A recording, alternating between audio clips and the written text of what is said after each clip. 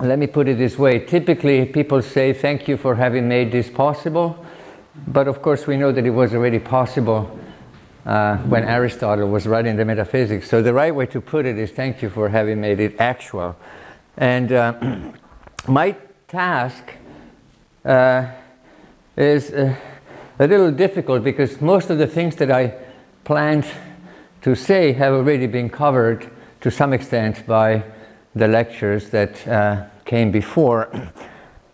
I wanted to talk, and I will try to talk about mereotopology, understood as a theory of the interplay, or I should say, of possible different interplays between mereological concepts, beginning with parthood and overlap on the one hand, and topological concepts on the other. So boundary, contact, and separation.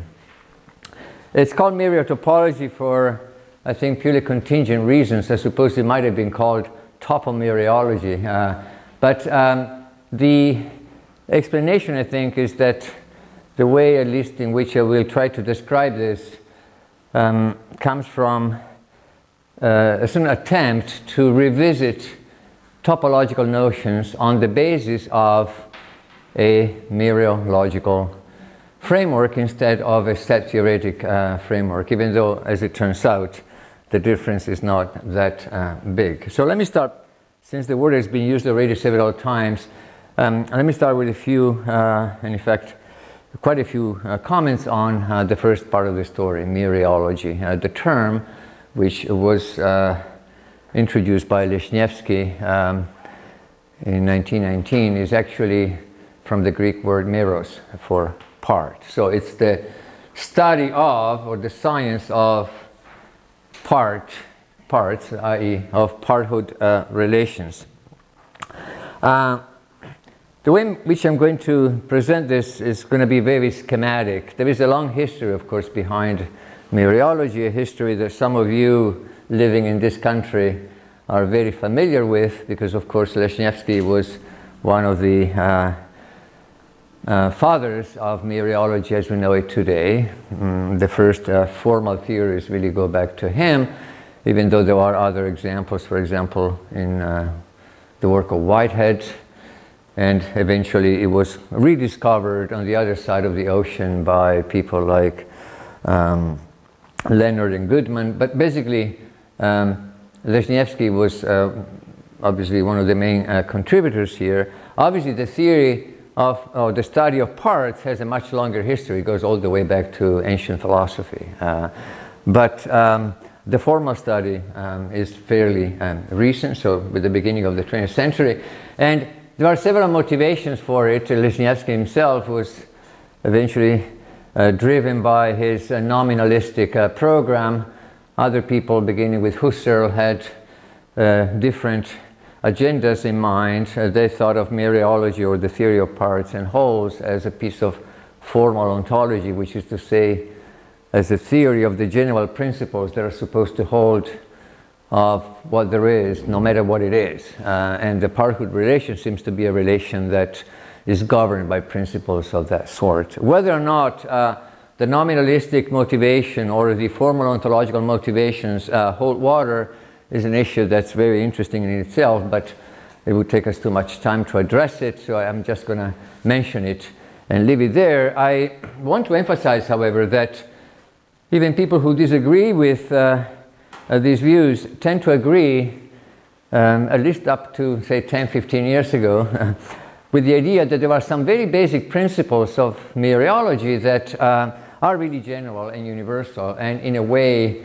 ontologically neutral, and therefore formal in Husserl's sense, whereas other principles are more loaded philosophically and correspond to specific philosophical views about the mereological structure of the world, either this world or possible worlds in general. Where to draw the line exactly between neutral or formal or general principles on the one hand and substantive principles on the other is, as it turns out, a difficult and challenging task. Still, most people, up to very recently, would agree that there are some very basic core principles.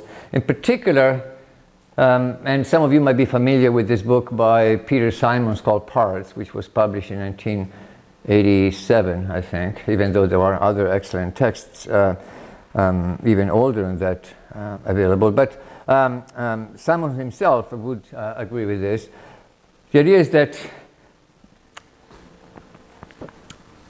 the parthood relation, or at least the part of predicate, if it is to mean what it means in current, ordinary, and philosophical uses, must be, first of all, reflexive, so everything must count as part of itself.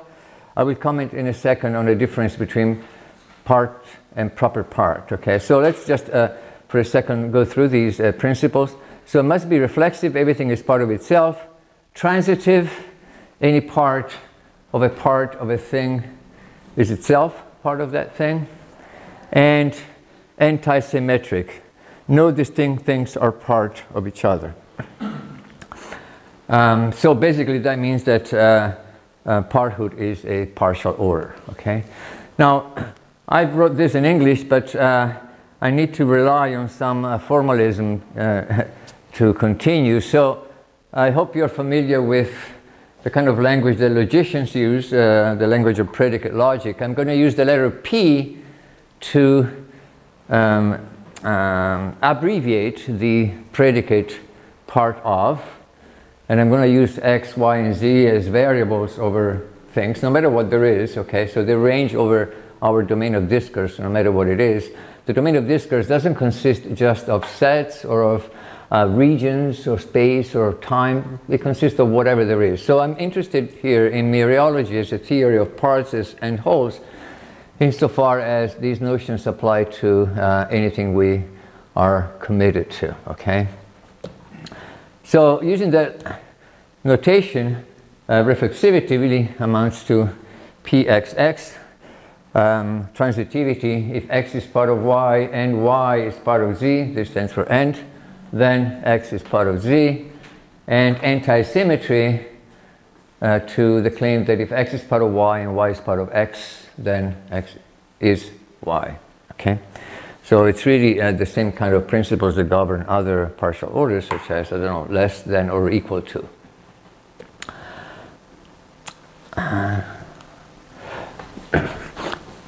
Why did I say that up to 15 years ago this was uncontroversial, and now it's a little less obvious that these are general universal principles? Well, because several people, mainly philosophers, have come up with potential counterexamples to the generality of these principles. And the counterexamples cannot be dismissed insofar as we're interested in the idea that these principles really capture some fundamental intuitions about the notion in question. So if there are counterexamples, then it means that the principles don't hold generally. I should say that there are good and bad counterexamples. At least I tend to look at these counterexamples and feel differently. And in some cases I think they're interesting, in other cases I think they're not so interesting. For example, or for instance, some people object to the idea that parthood is reflexive because there are perfectly good uses of parthood that are not reflexive. There are senses in which I'm not part of myself, I am myself. Okay, but that's just terminological, at least to cut a long story short. We can surely introduce a derived notion, and I will do it in a minute, of proper parthood to the effect that something is a proper part of something else if it is part of it and in fact distinct from it. So that's just terminology. When it comes to transitivity, several people, philosophers and linguists and people working in AI and so on, have been objecting to this principle because they find it natural to say that, for example, I don't know, the handle is part of the door is part of the house, but the handle is not part of the house. Or my hand is part of me, I am part of the philosophy department at Columbia University, but my hand is not part of the philosophy department at Columbia University. Things like that. I find these bad counterexamples because I think they really again, trade on some kind of ambiguity in the terminology being used. If there is a sense in which my hand is part of me, but not of my philosophy department, even though I am part of the department, is not the basic sense of parthood, but rather some stronger notion of, say, functional parthood. Likewise, the handle is a functional part of the door, and the door is a functional part of the house, but the handle isn't a functional part of the house. That's perfectly fine. Functional parthood is not parthood. And you know, that really means that X is part of Y and stands in a certain functional relation to Y. Y is part of Z and stands in a certain functional relation to Z. It doesn't follow that X is part of Z and stands in that functional relation to Z. That's not a counterexample to the transitivity of parthood. It's a counterexample to the transitivity of, say, functional parthood. There are other notions such as immediate parthood, for example, that obviously are not transitive, but those are more specific. So I think there are not big issues there. Anti-symmetry is more interesting, and again here there are different kinds of counterexamples. Some are funny, but I think perhaps not too serious. Some people recently have been particularly excited in using scenarios involving time travel. And if time travel were possible, and I personally think it is possible, at least logically and metaphysically, then one can produce a counterexample such as this. Okay, here's a funny one. So suppose on Tuesday we build a wall of bricks. Okay?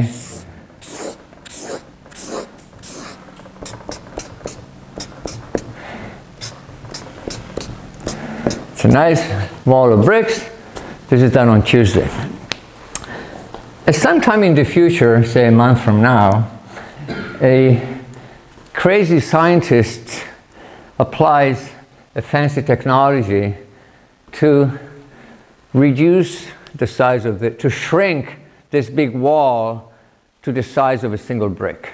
There's a big laser, and the whole wall eventually has the size of a brick. And the shrinking is such that you actually don't see the little lines anymore. It just looks like a brick at that point. Fancy technology. Still later, another crazy scientist puts the little brick into a time machine and presses the button to send the brick back to Monday.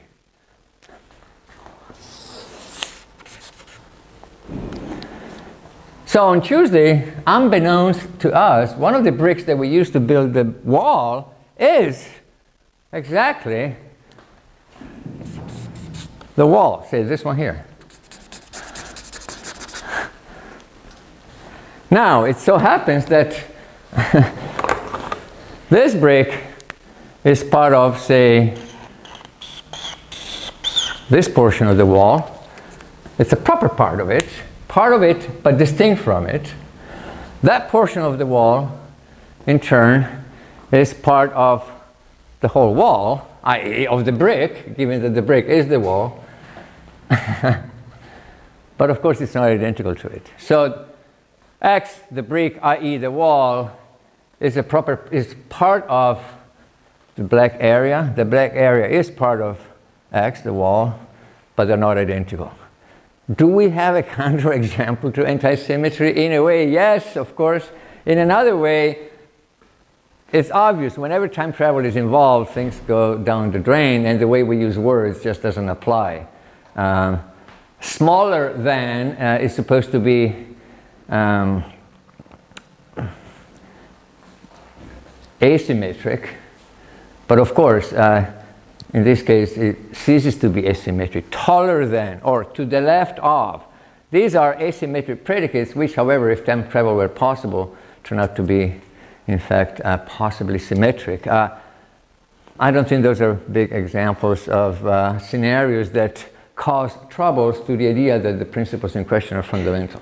There are other cases, though, and I'm going to end this commentary quickly, don't worry, but there are other cases that are slightly more interesting because they do not involve weird scenarios, but rather perfectly ordinary cases. For example, some people think that the relationship between a statue and the matter it is made of is a mereological relation.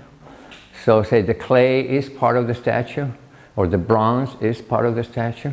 Some people think that the statue is part of the bronze too, or of the clay, or whatever. So they think that the parthood relation goes in both directions, but they would still distinguish the statue from the bronze or from the clay it's made of, and they would do so on the basis of considerations involving the modal properties of these things. If I drop the statue, goes into pieces and so goes out of existence, but the clay is still there.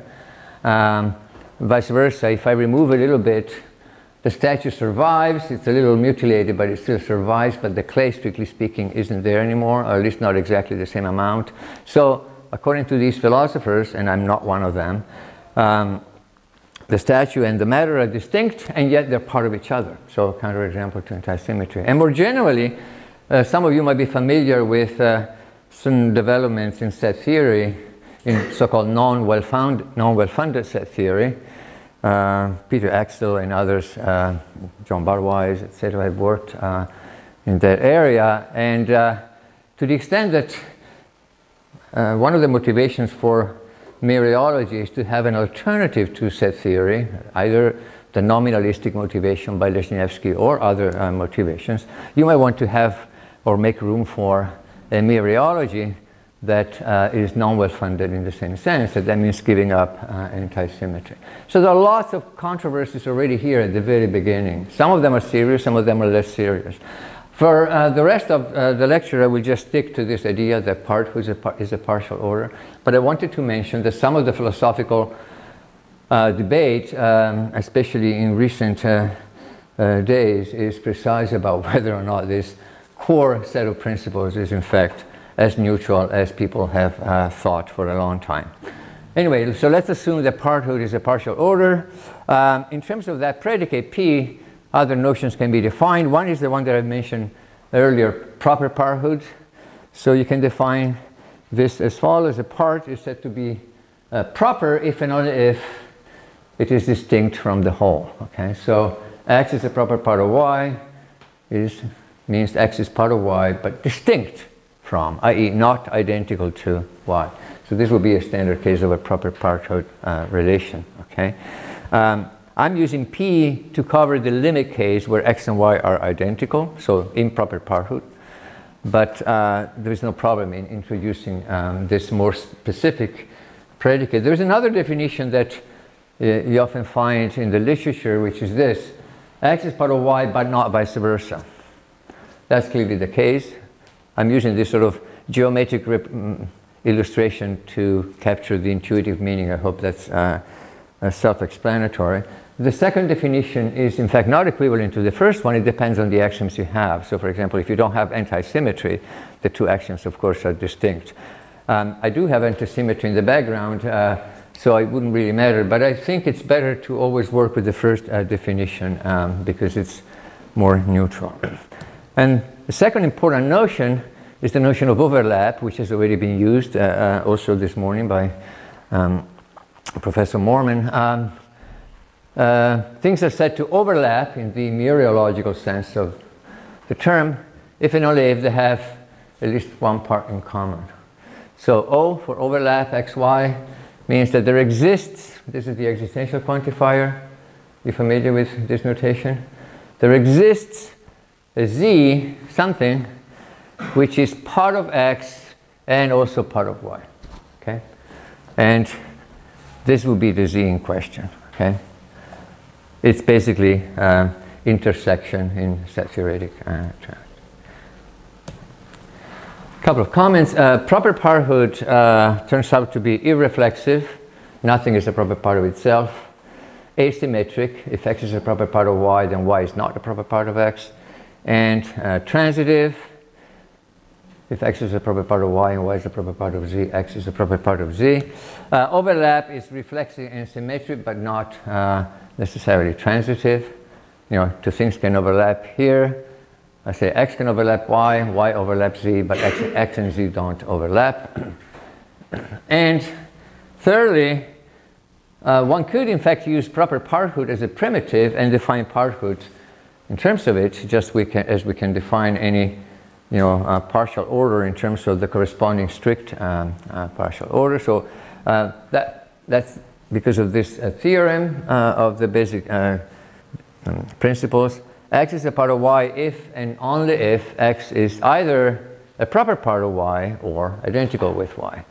So whenever you have a bicondition, we can use it to introduce a definition. So some people prefer using proper parthood as a primitive and define parthood in terms of this equivalence. So Peter Summons, for example, in his book does that. Lesniewski himself played with several different primitives and provided axiomatization in terms of parthood, proper parthood, and so on. And for him, parthood was actually called ingredient, if I remember correctly. I forgot the Polish word for it, but what I call parthood is what Lesniewski calls ingredient, and he uses the word part for proper part. That adds to the confusion. Anyway, now once we've got this basic idea that it is a partial ordering, question is what else? I mean, not any partial order is a good candidate for the relation of parthood. I think I have to, sorry, I think I don't have to walk so much because there's a camera, right? So, okay. Hi there. I'll try to stick to this reason here.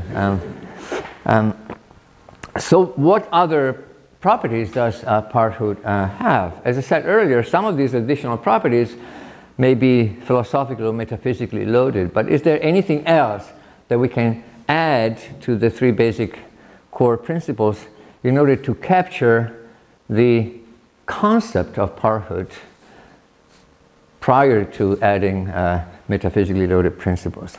And here, one major suggestion comes from the idea that no whole can have a single proper part.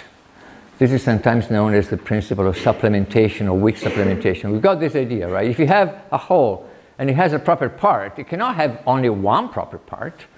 If it has one, it has to have more. So the idea is that a model like this, where X is part of Y, in fact, a proper part of Y, parthood goes uphill, okay, in these little drawings that you will see. So X is a proper part of Y because it's distinct from Y, but there's nothing else.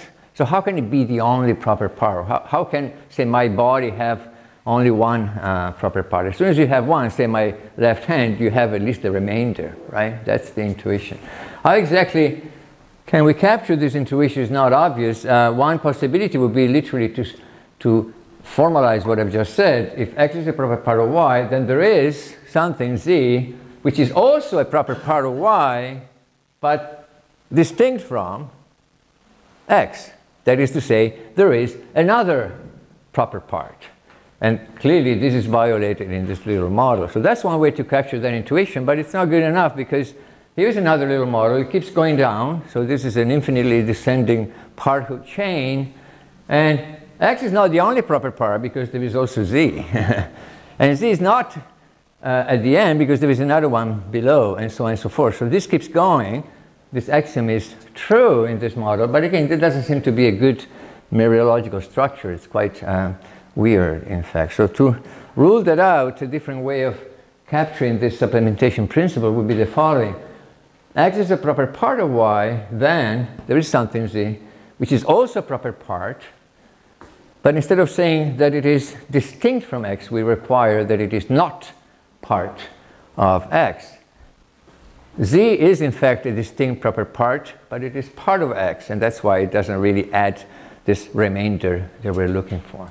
This is a better way of capturing it, but again, it's not good enough because, for example, here we have a model.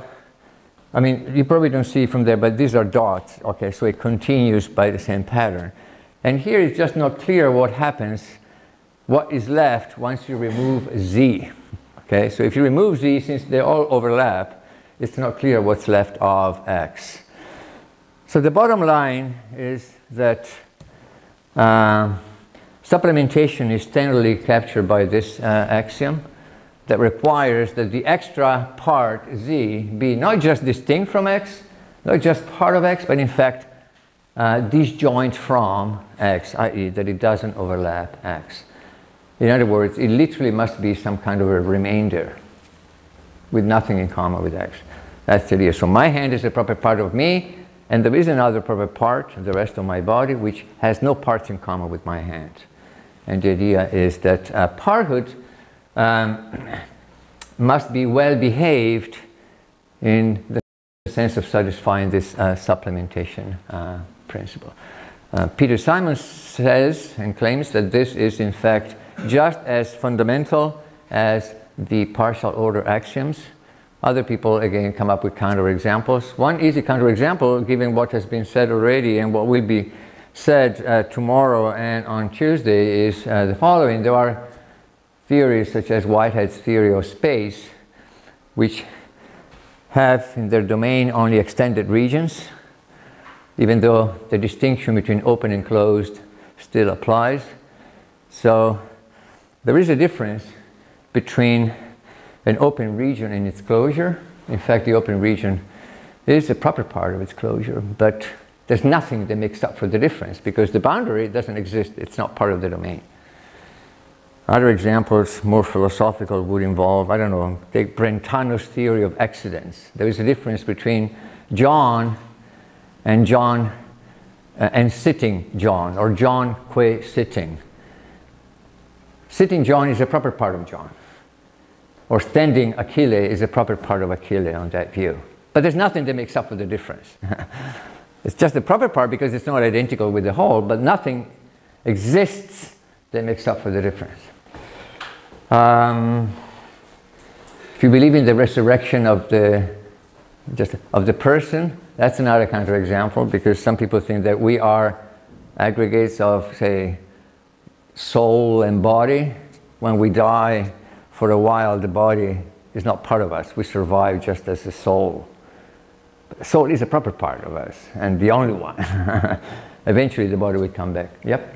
Yeah, I was wondering, because in this sequence, sort of descending sequence of our attempts to externalize with supplementation, we're just eliminating some unintuitive possible models. But I was wondering if there may be some unintuitive models left. For instance, if you are following this intuition that every proper part has to have its complement, so what would we do with the situation in which you have three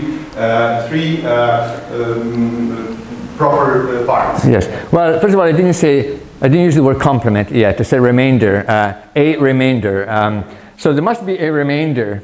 Whether or not there exists something which is the sum of all the rest, that might be an interesting question in which we shall address shortly.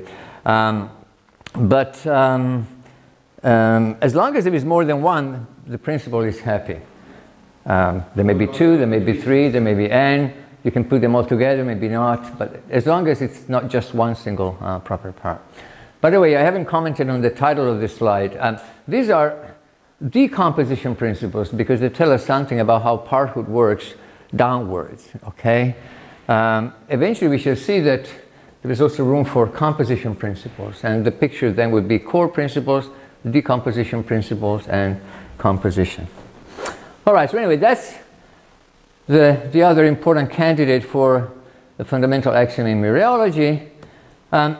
Some people like this one too. This says that if X is not a part of Y, then, like before, there must be something Z which is part of Y but doesn't overlap X. So the idea is, I don't know, suppose that this is Y.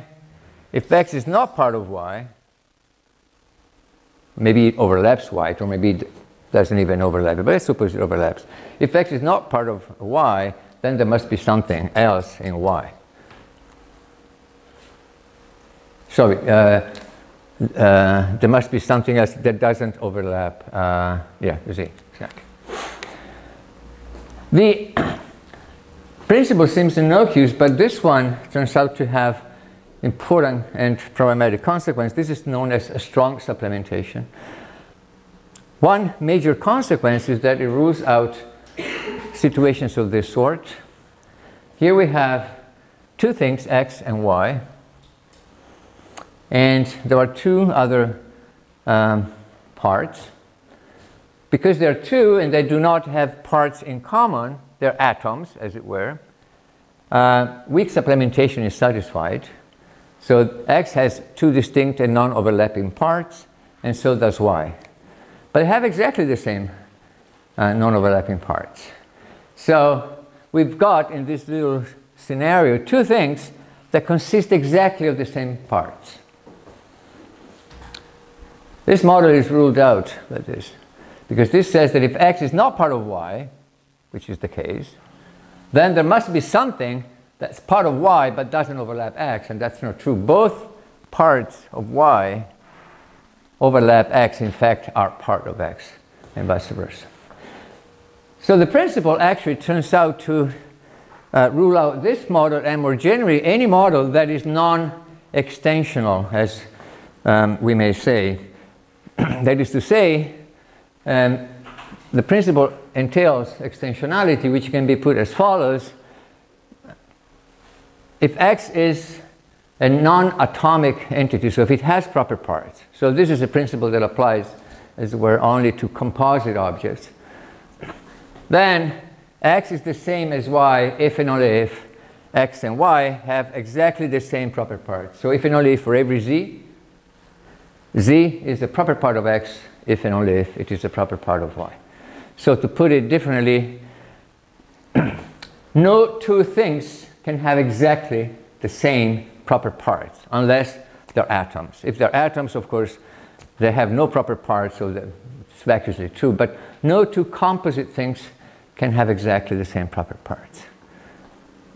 We have, of course, a similar principle in set theory called extensionality. You cannot have two sets that have exactly the same members. So X and Y are the same set if and only if they have exactly the same members. And here we have that X and Y are the same thing if and only if they have exactly the same proper parts. It is a consequence of strong supplementation, but not of weak supplementation, because the model that we saw a minute ago violates extensionality, because X and Y did have the same proper parts in spite of being distinct, but did satisfy weak supplementation. Is this part of the meaning of part? Is this to be thought of as a general, formal, unproblematic principle governing the general relation of parthood, or is it already philosophically loaded? That's one of the most widely discussed issues in mereology. Several people think that this is already philosophically loaded. Several people think that it's somehow that it is closely related to the thought that a whole is nothing but the sum of its parts. That a whole is nothing over and above its parts, a principle that many people, beginning with Aristotle, think it's false. A whole is more than just the sum of the parts. So you can have two wholes with the same proper parts, because the wholes are not, as it were, reducible to their proper parts. This principle, by contrast, says that unless you find a difference in the parts, you cannot find a difference in the wholes. And there are plenty of putative ordinary cases where this principle is problematic. I'm not particularly interested in this direction of the biconditional. Obviously, if X is Y, then by Leibniz's law, whatever is true of X is true of Y, and vice versa. So obviously, if X is Y, then they have the same proper parts. It has the same proper parts. But the question is whether sameness of proper parts implies identity.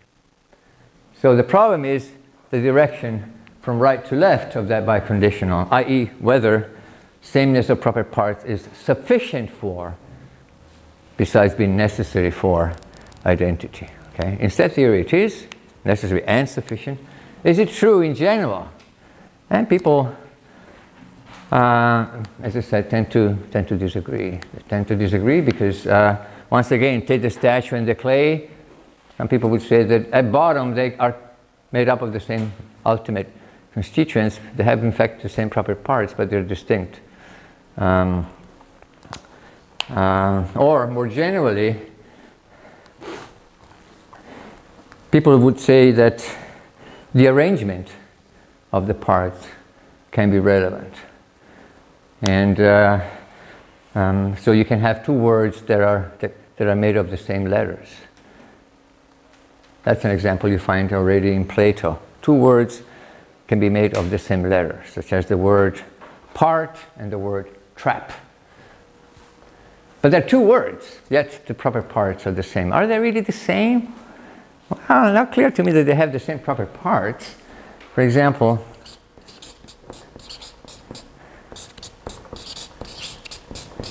I think that the part RA, which is a proper part of trap, is not a proper part of part, of the word part.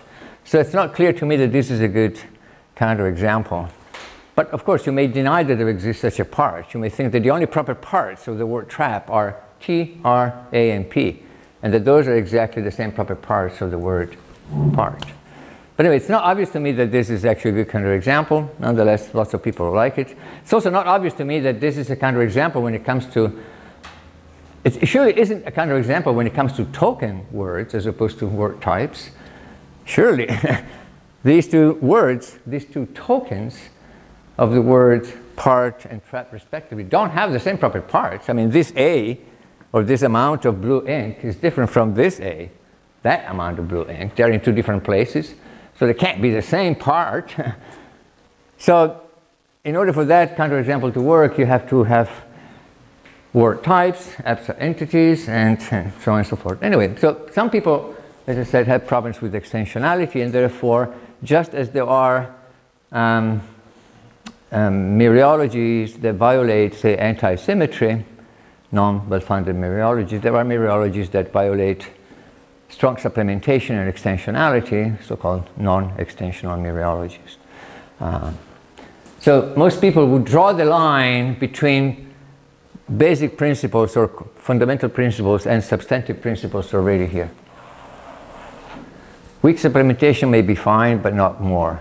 Other people just draw it there. And as I said earlier, some people would even stop earlier. Okay? There are, of course, then a number of other questions we can ask when it comes to the decompositional structure of things. For example, shall we assume atomism? Which is to say, shall we assume that everything, every X, has some atomic part, where a part is atomic if it does not contain any proper part? So, as Thomas was saying this morning, an atom mereologically is something that does not have any proper parts. The question is everything made up of atoms? If you answer yes, then you buy into atomism, and this is the standard axiom for it. If you answer no, then you leave room for things that are not atomic. In fact, you might go all the way in the opposite direction and buy into atomlessness or gunkiness, to use the term by David Lewis that was evoked this morning. This says that everything has proper parts. So you can keep dividing, you can keep decomposing. For every X, there is a Y which is a proper part of X. So there are no atoms in a world governed by this axiom. Clearly, atomism or atomlessness are not principles that capture the meaning of the word part. Clearly, these are cases of substantive metaphysical views about the structure of things, so the structure of space and time, if you like, and so on. So there's a sense in which it's obvious that at some point some of the principles go beyond the generality that I was mentioning earlier. Another example would be density. If X is a proper part of Y, then there's always a Z in between, i.e. X is a proper part of Z and Z is a proper part of Y. Shall we assume density, that proper parthood is dense? Well, that's clearly a substantive claim. It's not part of the meaning of the word, for sure, but it may well be that we think the world, maybe space-time or perhaps matter and so on, has a mereological structure that satisfies density. Or we may think that only some portions of reality, for example, we may think that space and time are dense, but that matter isn't dense.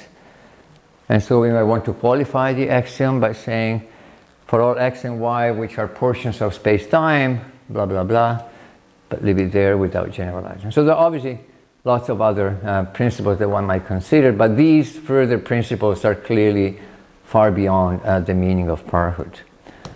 And then, as I said earlier, we may consider adding principles that govern the compositional structure of things, as opposed to their decompositional structure. And here in particular, I'm going to mention the general question, under what conditions do several things, a plurality of things, qualify as parts of a single larger whole?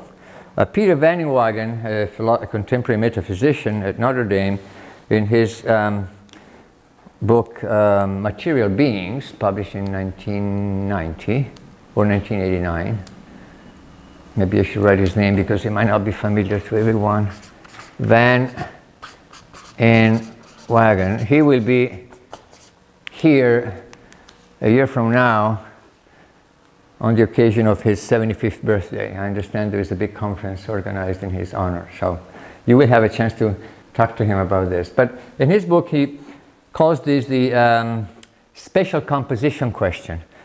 It's not so much whether they're parts of a larger whole, but whether there is a larger whole that consists exactly of those things. The difference is this.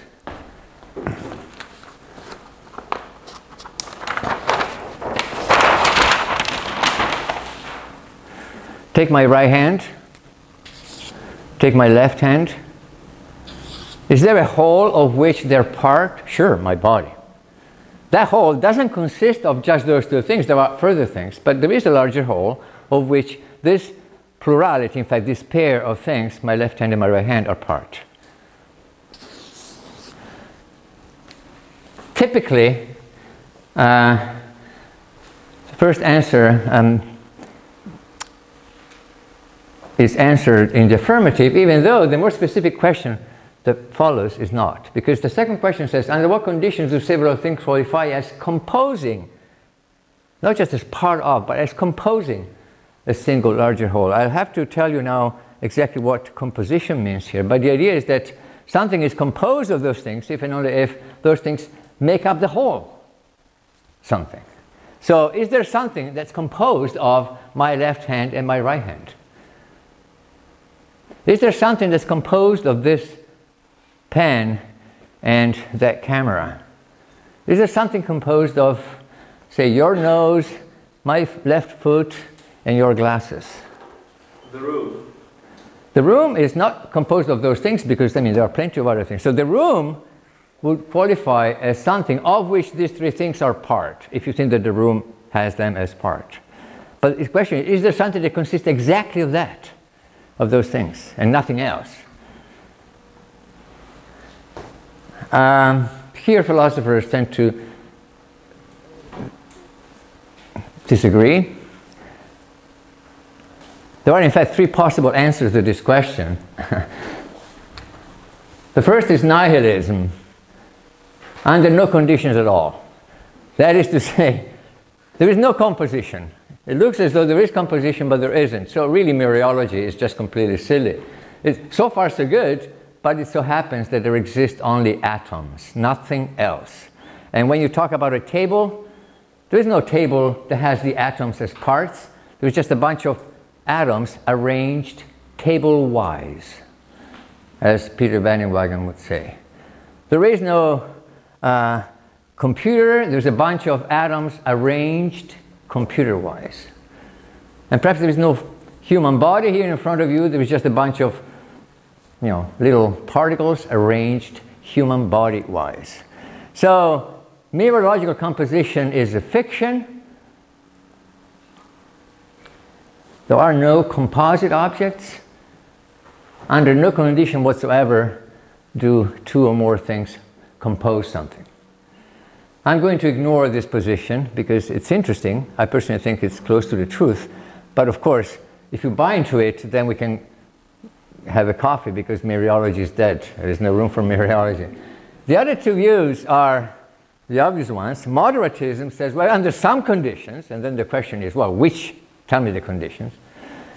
And universalism that says, under any condition whatsoever, given any number of things, no matter how disparate, how gerrymandered, how qualitatively diverse they are, there is always something composed exactly of those things. Let me try to be a little bit more specific about what I mean by composed of, and then I'll make a couple of other comments. There are actually several ways of defining this notion. Because of lack of time, I'm just going to focus on one, which is in fact the Tarski-Lesniewski way of characterizing it, at least on my reconstruction for the purposes of this discussion. So let's first of all focus on finitary composition, where the number of things is finite. So that really boils down to characterizing composition when you have two things. And you ask, what does it mean for two things to compose a third one? The definition that I'm going to use is this: X and Y compose something Z, make up Z, compose mereological Z. Another way of putting it is Z is a sum of X and Y, a term that's already been used, or Z is a fusion of X and Y. The terminology here, again, is a bit of a mess. I'm going to use sum and fusion as synonymous here for simplicity, but if and only if both X and Y are part of Z, so obviously we're looking for some sort of an upper bound, which is the lowest upper bound. Both are part of Z, and every part of Z overlaps either X or Y. So in this case, it's pretty obvious that X and Y do not compose Z, because it is true that both X and Y, say my two hands, are part of Z, my body, but it is not true that every part of Z of my body overlaps either X or Y. For example, this part here, say my heart, doesn't overlap my left hand, and it doesn't overlap my right hand. So my two hands do not compose my body. In order for X and Y to compose something Z, the third conjunct must also hold. Every part of Z must overlap, i.e. have a part in common, either with X or with Y. Is that clear enough? The formula you see down there simply rewrites this in terms of the notation that I have introduced earlier. And this can be generalized to infinitary composition in a perfectly similar way. Let me use the Greek word letter phi to stand for any open formula, any condition, if you like, that identifies a bunch of things. Okay? We can say that the phi's, i.e. the things that satisfy that condition phi, compose something Z, or again, if you like, the Z is a sum of, or a fusion of, the phi's, if and only if, as before, every phi, i.e. each one of those things that phi, that satisfy the condition phi, each one of them is part of Z, first part of the story, and, like before, every part of Z overlaps at least one of those phi's. So, for example, let's suppose the phi means cat. The cats, all the cats in this world, compose something, if and only if, compose something Z, if and only if each one of them is part of Z, and every part of Z overlaps some cat. So is there such a thing as the sum total of the cats? Is there something that the cats compose? If you say yes, and if you say in general for any condition phi, as long as it is non-empty, there is something that they compose, that's universalism. If you say sometimes, that's moderatism. So let's go back here. So moderatism says under some conditions, not always. For example, a good condition that people have in mind, and Peter Simons will be giving his talk, I think, on Monday, tomorrow, defending this view, that in order for a bunch of things to compose something, they have to be connected somehow, topologically connected. So, for example, my left hand, my right hand, and the rest of my body, those three things compose something, i.e. my body, because they're connected. or for that matter, the top half and the bottom half of this pen compose something, the whole pen, because they're connected. But these two pens don't compose anything because they're not connected. Okay? That's one intuition. So that would be a condition. Things compose something if they're connected. That's a strong intuition that people have. I personally think it's false. There are plenty of things that are not connected and compose something. For example, bikinis. I mean, we buy bikinis, we think they exist, and they consist of two different parts, disconnected parts. Or my copy of Principia Mathematica in 3 volumes, one of which is in Italy and 2 of which are in New York, by the way. That's one thing. I bought it in one go, and still it consists of disconnected parts. Or every token of the lowercase letter e, it consists of 2 different parts, disconnected. It's one thing, it's one letter. So it may well be that we don't like some disconnected things because they are weird, because they don't play any role in our lives. Bikinis do play a role in our lives, as do those things. But I can imagine a world in which bikinis don't play any role, and in which the letter I is not written like that, and this will not be a single letter. Okay, fine. Sometimes we don't like certain things, so we don't even quantify over them. But that's because we tend to use our quantifiers in a restricted fashion. It's like saying, oh, there's no beer. Meaning, there's no beer in the refrigerator. I actually have a whole case of beer, but it's on the balcony, it's hot. So when I say there's no beer, I mean there's no beer in the refrigerator. There's no beer that we care about. Likewise, when we say there is no such thing as the sum of these two, it's simply because these two things don't play any role in our lives, and so we can disregard them. But it's not that it doesn't exist. I think it exists, so much so that I've been talking about it actually for a while now. And so does the sum of your nose, my foot, and her glasses. There is such a thing.